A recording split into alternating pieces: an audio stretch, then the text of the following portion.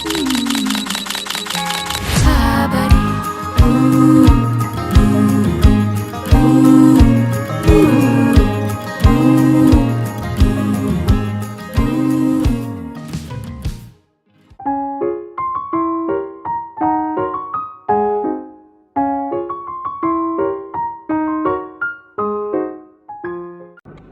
teman jiwa, kembali lagi bersama aku Ardelia di Suara Jiwa. Ruang sederhana untuk berhenti sejenak, mendengarkan batin.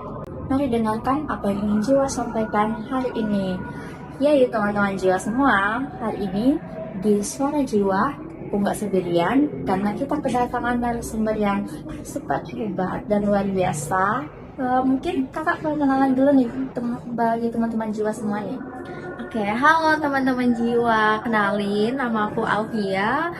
Aku adalah salah satu mahasiswa magister BK UNES dan juga konselor sebaya di Peer Counselor Community UNES dan juga di Pilar PKBI Jawa Tengah. Salam kenal semuanya. Hai, salam kenal Kak Alvia. Wah, gimana nih kabarnya Kak Alvia?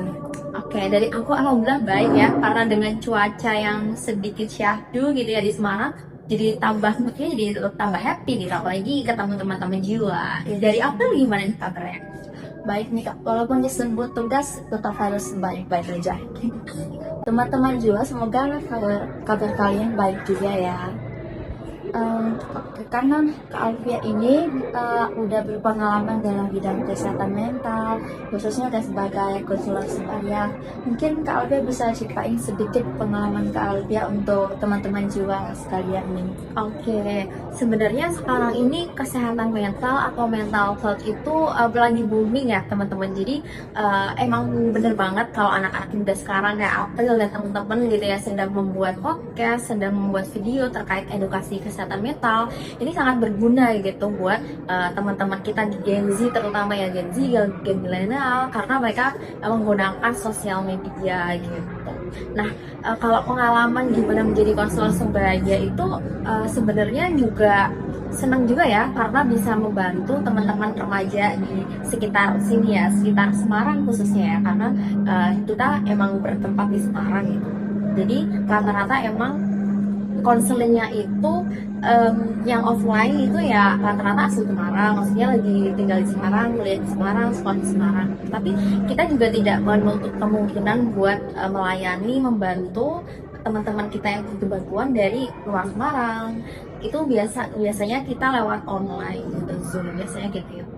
Oh, jadi konselor ini melayani dari online juga boleh ya? Ya boleh, jadi offline bertempat di lab BK UNES. Kalau online nanti kita juga dibuatkan pakai platform Zoom gitu. Itu teman-teman jiwa, kalau teman-teman jiwa butuh konseling bisa konseling ke Kak Alvia, dan sekali lagi ya Kak, konselor lainnya Di PCC UNES nanti dibuka aja Instagram.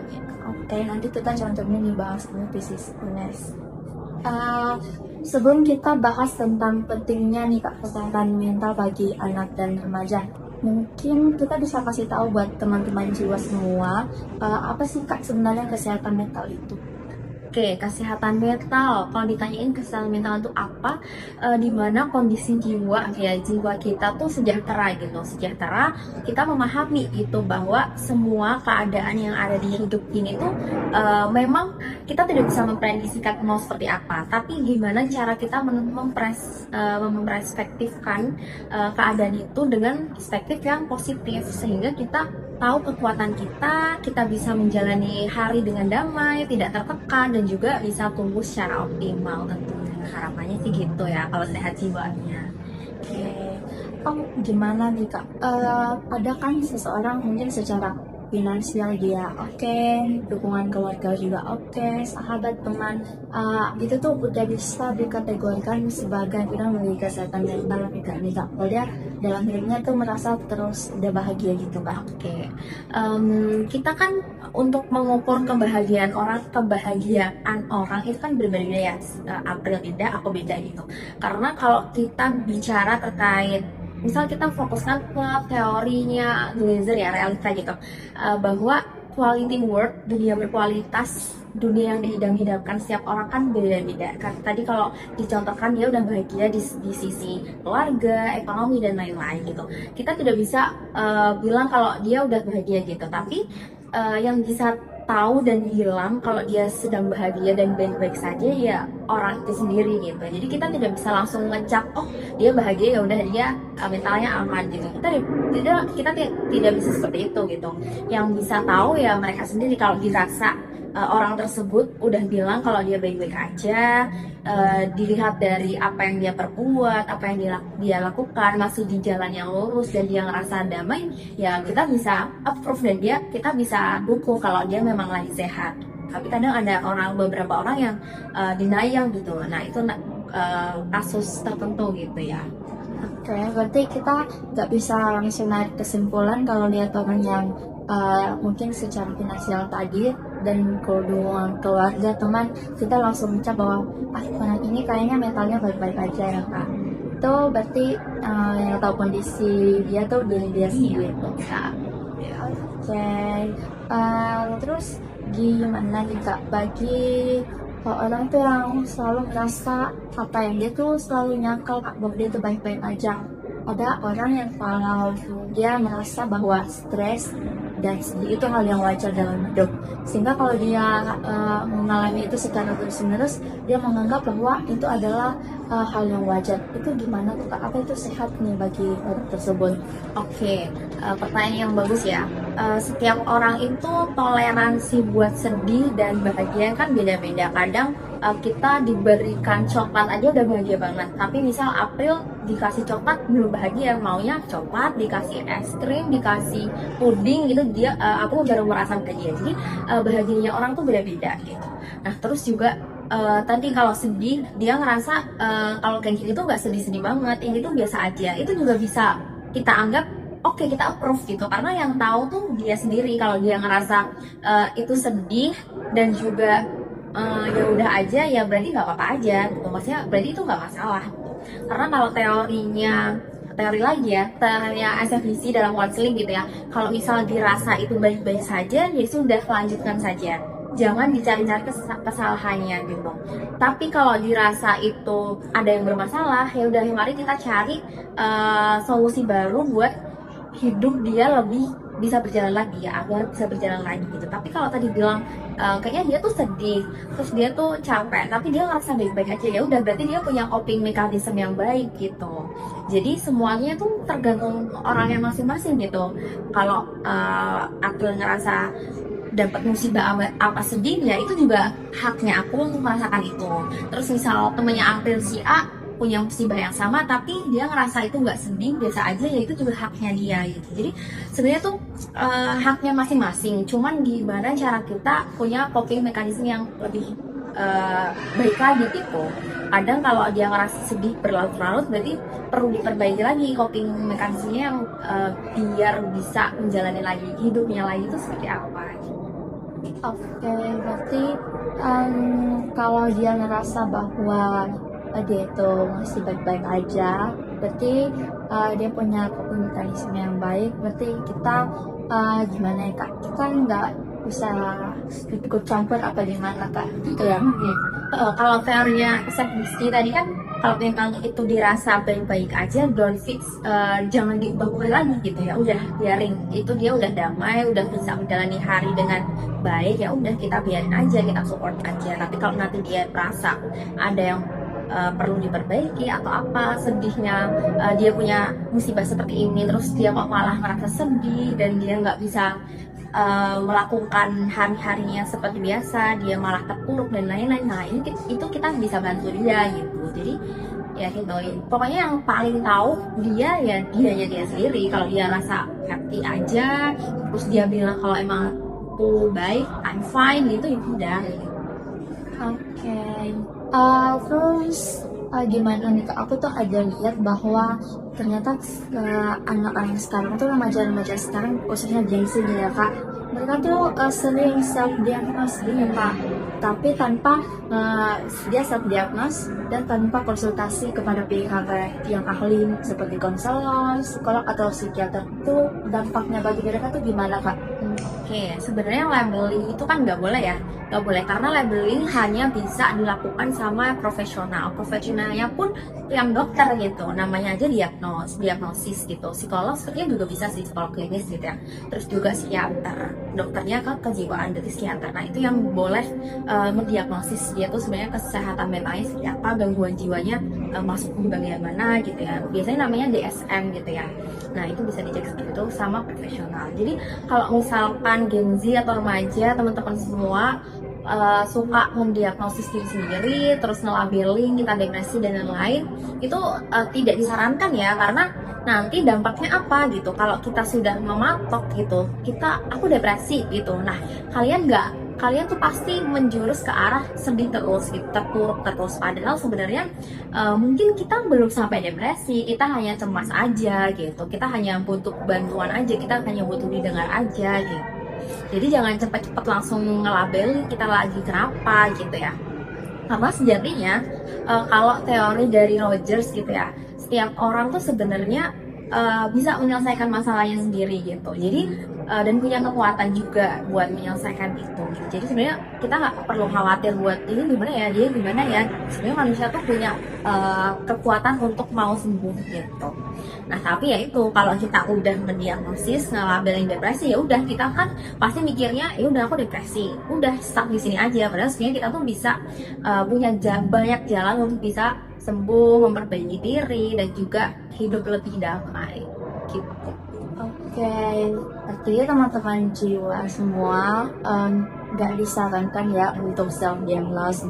Mungkin lebih baik kalau ngerasa nggak baik-baik aja, lebih baik segera berkonsultasi pada pihak yang profesional aja. Oke. Tapi gimana nih Kak? Sekarang tuh kan ada anak remaja yang mengalami gangguan mental nih. Tapi mereka tuh takut nih Kak untuk datang ke pihak profesional itu karena melihat di lingkungan mereka tuh adanya stigma nih Kak bagi orang-orang yang mengalami gangguan mental. Cara mengatasi itu gimana nih Kak? Oke, bener banget ya, karena emang kalau kita nggak di lingkungan kota gitu ya, kadang sehat mental itu diabaikan gitu. Terus psikiater, psikolog, terus konselor gitu tuh mereka malah ngerasa stigma kalau ada orang yang datang ke mereka profesional itu dirasa dia gangguan jiwa gitu. Padahal sebenarnya sehat kan ada dua ya, sehat fisik dan juga psikis gitu. Nah psikis itu juga perlu diperhatikan gitu. Nah gimana caranya agar mereka tuh nggak kebawa stigma dan ngerasa percaya diri untuk meminta bantuan? Ya tentunya kita sebagai orang yang tahu gitu, yang fokus pada mental health, bisa sharing ke konten atau ke edukasi ke teman-teman sekitar kita bahwa nggak apa-apa loh buat mencari bantuan. Karena kalau kita biarkan terus-menerus, kasihan, takutnya malah berlebihan, maksudnya jadi semakin buruk gitu kondisinya. Mending daripada sebelum terlambat, lebih baik mencari bantuan segera kalau dirasa butuh. Oke, berarti emang ya kita kalau ngerasa nggak baik-baik aja, mungkin lebih baik gak usah hirauin stigma-stigma itu ya. Mungkin kita lebih memperhatikan diri kita sendiri. Oke, aku mau nanya ini Kak, seberapa penting peran dan dukungan orang lain dalam bagi kita dalam menjaga kestabilan kesehatan mental kita? Oke, sebenarnya tergantung orangnya gitu ya. Dukungan support system tuh sepenting apa gitu. Kadang ada tipe orang yang ngerasa dia udah full of love dari dirinya sendiri, dia udah bisa mencari kesenangan dia, mengisi tangki cintanya dia dengan dirinya sendiri. Dengan apa? Dengan melakukan hal-hal aktivitas yang dia suka. Nah itu kadang ada tipe yang ngerasa bahwa support system itu penting banget gitu. 50% tuh emang harus dari support system gitu. Nah tapi ya itu kadang support system kan maksudnya eksternal gitu ya, itu bukan dari kita. Kadang kalau tidak sesuai ekspektasi kita akan jadi sedih gitu. Nah sebenarnya relate aja gitu. Sebenarnya memang penting banget dari support system karena love and belonging dari kebutuhan manusia tuh kan ada 5. Salah satunya tuh love and belonging, dan itu tuh emang yang sangat susah didapatkan dari kita karena itu membutuhkan bantuan dari orang lain gitu, dicintai dari orang lain gitu. Itu kan memang eksternal gitu. Jadi perlu, sangat sangat perlu gitu dukungan orang lain. Cuman tetap balik ke diri masing-masing. Apakah sebesar itu support system, seberapa besar persennya dalam hidupnya dia. Jadi emang tergantung orang. Tapi tetap ini ya, menurut aku yang paling penting ya diri sendiri sih. Karena balik lagi support system kan eksternal gitu. Eksternal kita nggak bisa mengendalikan orang lain gitu. Jadi kalau kita butuhnya sekarang tapi dia nggak bisa, itu malah bikin kita sedih banget kan.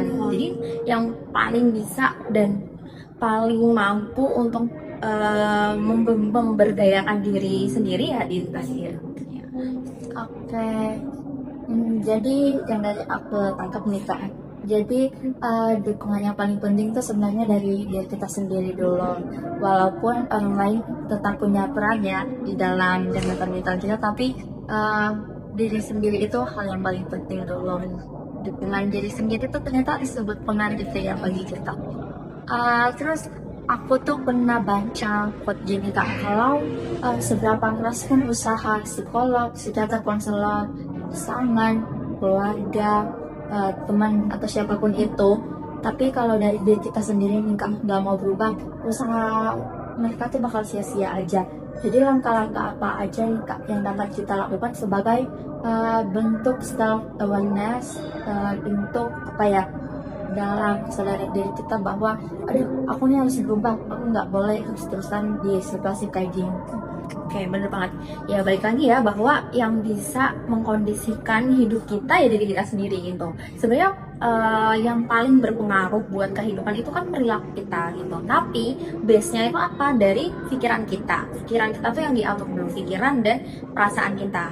Karena pikiran dan perasaan itu nanti menjurusnya, outputnya itu perilaku kita gitu. Jadi pikiran dan perasaan kita benahi dulu, kita bikin yang paling baik. Bagaimana menatanya kita yang tahu gitu. Nah caranya gimana gitu, banyak sekali ya cara-cara yang bisa kita lakukan, tapi setiap orang pastinya beda-beda gitu. Nah yang penting dirasa itu positif, kita mau itu positif, kita coba aja gitu dengan cara mencoba hal-hal baru gitu, aktivitas-aktivitas yang positif. Banyak sekali biasanya sih orang-orang journaling ya, itu kan salah satu bentuk self help-nya dia. Journaling kalau dirasa ketemu konselor harus bikin janji, ya udah kita journaling dulu, menuliskan apa yang jadi pikiran kita pusing, ruwet gitu ya, terus aja dulu di Google Journaling. Terus kalau journaling udah, bisa gunain cara lain dengan melakukan aktivitas yang kita sukai. Misal hobi kita olahraga, ya udah kita coba lari.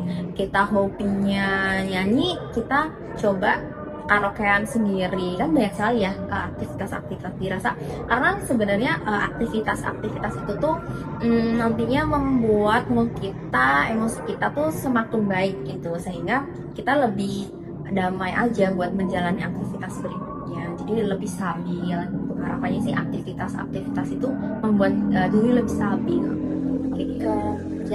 Jadi langkah yang bisa kita ambil untuk adalah melakukan aktivitas-aktivitas positif yang tentunya nggak merugikan orang lain ya Kak. Oke, dari semua yang udah Kak Alfia jawab nih dari pertanyaan-pertanyaan aku boleh kasih kesimpulan nih Kak. Oke, jadi kesimpulan yang bisa aku dapatkan tuh pusat kesehatan mental tuh sebenarnya ada di diri kita sendiri ya. Sehingga sangat penting untuk menjaga diri kita sendiri dari hal-hal yang bisa nyakitin kita atau yang bisa ganggu nih kesehatan mental kita. Jadi intinya teman-teman jiwa semua, kalian harus jaga diri kalian sendiri, awareness ke diri kalian sendiri bahwa sebenarnya nggak apa-apa kalau hari ini merasa nggak baik-baik aja, karena kalian harus punya kesadaran bahwa kalian nggak boleh tetap tinggal di keadaan kalian yang nggak baik-baik aja ini. Kalian harus berani bahkan untuk datang ke konselor, psikolog sekalipun kalau kalian lagi merasa nggak baik-baik aja gitu ya Kak. Betul. Oke. Mungkin dari Kak Alvin ada nih ajakan buat teman-teman jiwa di rumah yang lagi nonton, gimana pentingnya kesehatan mental khususnya bagi anak dan remaja. Oke, teman-teman semua, sehat mental itu sama pentingnya sehat fisik gitu ya, jadi perlu diperhatikan. Kalau dirasa masih bisa handle, ya udah kita coba cari cara biar kita bisa kembali, bisa optimal lagi menjalani hari lebih damai. Banyak sekali caranya tentunya ya. Nah, tapi teman-teman kalau dirasa nggak siap, masih belum tahu caranya, bingung di otak tuh kayak bentang yang muter banyak gitu ya. Nah, kalian bisa ke profesional helper seperti konselor, psikolog, atau psikiater. Jadi jangan takut untuk datang ke mereka. Terus teman-teman yang ada di Semarang khususnya, atau bagi teman-teman remaja, boleh banget konseling di peer counselor community UNES. Nanti Instagramnya tertera ya. Oke. Wah, terima kasih Kak Alfia. Terima kasih banget nih udah nyempetin waktunya untuk bersama teman-teman jiwa semua di Suara Jiwa hari ini. Oh ya Kak, kita boleh yel-yel konselor dulu Boleh, Kak, konselor. sebagai penutupnya. Apa yang cincin apa Kak? Bebas. Aku aja kali ya. Boleh. Oke. Konseling, yes we can. Konselor, yes I am. Yeay. Terima kasih teman-teman jiwa semua yang udah setia nonton kita dari awal sampai selesainya podcast kita hari ini di Suara Jiwa. Mohon maaf jika ada kesalahan, dan tentunya terima kasih banyak buat Alvia yang udah meluangkan waktunya untuk mempersona kita di hari ini. Mungkin lain kali kalau kita ada podcast lagi nih Kak, apakah Kak Alfia sedia nih untuk hadir di Suara Jiwa lagi? Boleh, tentunya boleh. Karena aku senang sekali ya bisa sharing apa yang aku punya, apa yang aku pelajari ke teman-teman jiwa tentunya. Oke, gitu aja teman-teman jiwa. Terima kasih. Sampai jumpa lagi teman jiwa. Lukamu yang